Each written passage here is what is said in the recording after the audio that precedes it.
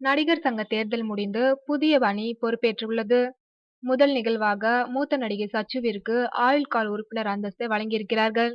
நடிகர் சங்கத்திற்கு வருமானம் ஈட்டவும் சங்கத்தை பலப்படுத்தவும் ஏற்கனவே பல திட்டங்களை வைத்திருப்பதாக நாசர் அணியினர் தெரிவித்திருந்தனர்.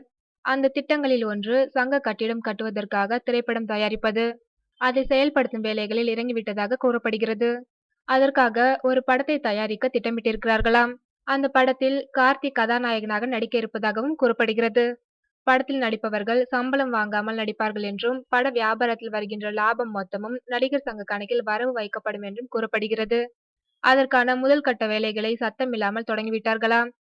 ஓரிரு வாரங்களில் அது தொடர்பான அறிவிப்பு வரக்கூடும் என்று எதிர்பார்க்கப்படுகிறது.